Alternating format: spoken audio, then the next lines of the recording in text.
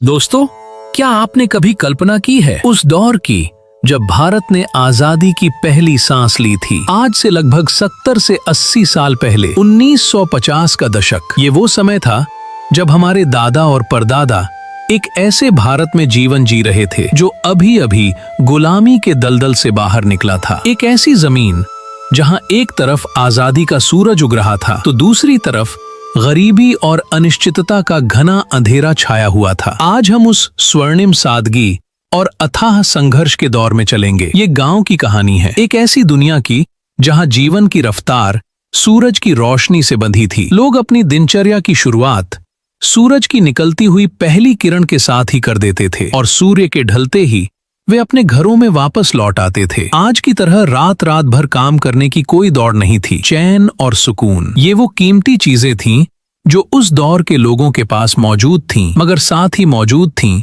एक अटूट गरीबी। उस दौर का जीवन बहुत ही साधारण और सरल हुआ करता था। लोगों के पास आज की तरह बड़े बड़े पक्के मकान नहीं थे। उनके घर प्रकृति के सबसे करीब बने होते थे। लकड़ी और मिट्टी से बने घर जिनकी छतें घास फूस या खपरेल की छप्पर और मंडई हुआ करती थीं। इन्हीं छप्परों के नीचे उन्हें सबसे अधिक सुकून और आनंद मिलता था। लेकिन इस सुकून के पीछे एक कड़ा संघर्ष था, आजीविका का संघर्ष। भारत हमेशा से एक कृषि प्रधान देश रहा है और गांव के ज्यादातर लोग किसान थे। उनका पूरा दिन सुबह से शाम तक खेतों में ही निकल जाता था। समस्या ये थी कि आजादी के बाद किसानों के पास खेती करने के लिए पर्याप्त पूंजी या लागत नहीं थी, और अगर युवाओं की बात करें तो उनके पास नौकरी का कोई साधन नहीं था। ग्रामीण जीवन की धज्जियां उड़ चुकी थीं। भुखमरी और गरीबी दोनों समस्याओं का सामना देश एक साथ कर रहा था। गरीबी औपनिवेशिक विरासत थी और भुखमरी दंगों और बंटवारे की मार। जब जीवन ही संघर्ष हो तो आमदनी क्या मायने रखती होगी? दोस्तों, ये जानकर आपको शायद हैरानी हो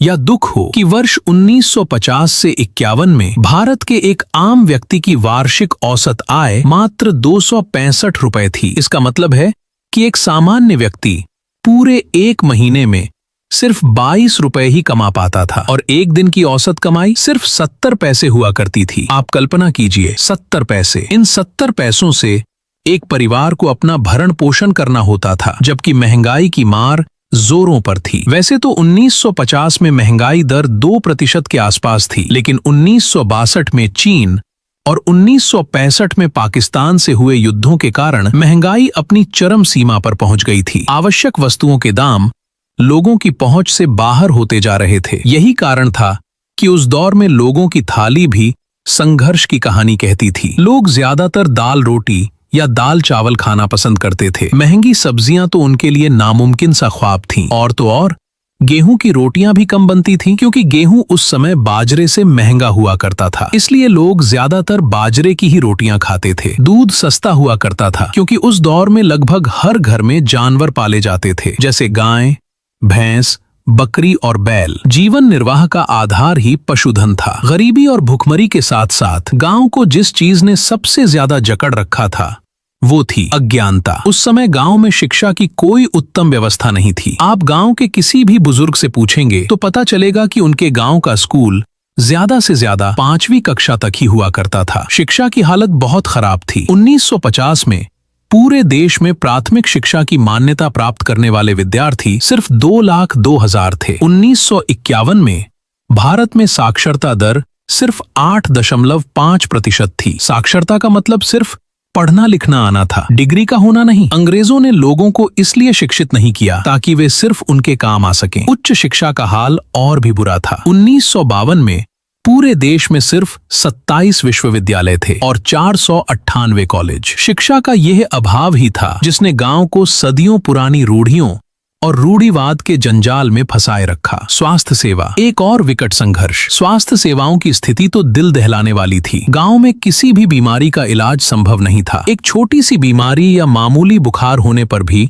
लोगों को इलाज के लिए गांव से कई किलोमीटर दूर शहर की ओर पैदल जाना पड़ता था। आजादी के बाद भी भारतीय गांवों में सबसे बड़ा और दर्दनाक संघर्ष सामाजिक असमानता। गांव के लोग पुरानी परंपराओं और रीति रिवाजों में गहरी आस्था रखते थे, जिसके कारण ग्रामीण इलाकों में जातिवाद और रूढ़िवादिता भरी पड़ी थी। सबसे ज्यादा भेदभाव और छुआछूत छोटी जाति और दलितों के साथ रखा जाता था। उन्हें कई बुनियादी मानव अधिकारों से वंचित रखा जाता था। आधुनिक सुख सुविधाएं तो उस दौर में केवल शहरों और नगरों तक ही सीमित थीं। गांव का जीवन पूर्णतः प्रकृति पर आधारित था। गांव में बिजली और गैस जैसी कोई चीज नहीं थी। कोई भी सुख सुविधा नहीं हुआ करती थी। खाना बनाने के लिए आज की तरह गैस का उपयोग नहीं होता था, बल्कि घर की औरतें मिट्टी का चूल्हा बनाती थीं और उसमें लकड़ी की आग जलाकर खाना पकाया करती थीं। पानी की जरूरतों के लिए पूरा गांव किसी एक प्राकृतिक तालाब या पोखरे से पानी भरता था। यहाँ तक कि सौंदर्य और स्वच्छता के लिए लोग क्रीम,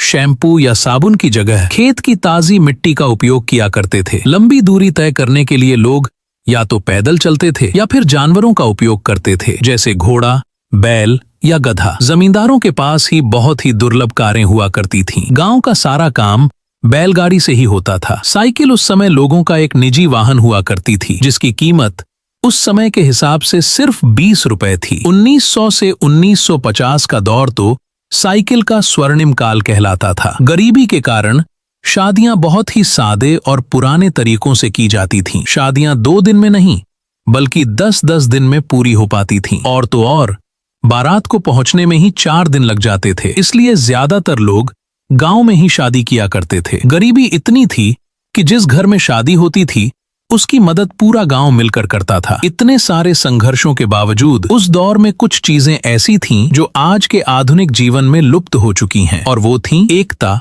और भाईचारा। भले ही भौतिक सुख सुविधाएं नहीं थीं, पर सभी लोगों में एक मजबूत एकता थी। वे एक दूसरे की निस्वार्थ सहायता करते थे, प्रेम भाव रखते थे और भाईचारा स्वाभाविक और मिलनसार था। लोगों का जीवन सुकून भरा होता था। आज की तरह व्यस्तता का कोई पता नहीं था। उस समय गांव में एक ही मुखिया हुआ करता था। किसी भी बात या विवाद पर फैसला पंचायत में ही हुआ करता था और पंचायत का फैसला ही सर्वोपरि माना जाता था। गांव के लोग कोर्ट कचहरी, थाना, पुलिस के चक्कर में नहीं पड़ते थे। गांव का सारा मामला गांव में ही और पंचायत में ही निपटा लिया जाता था। ये एक सरल और त्वरित न्याय का माध्यम था। जब काम से समय मिलता था तो सभी लोग एक जगह इकट्ठा होते थे और ढेर सारी बातें और मनोरंजन करते थे। सबसे बड़ा उत्सव था मेला। ये एक ऐसा कार्यक्रम होता था जो 10 से 15 दिन तक चलता था और दूर दूर से गांव के लोग सामान खरीदने और मनोरंजन करने आया करते थे। मेले सिर्फ साल में 2 बार ही लगते थे, जिससे लोगों का उत्साह बना रहता था। इस संघर्ष भरे दौर में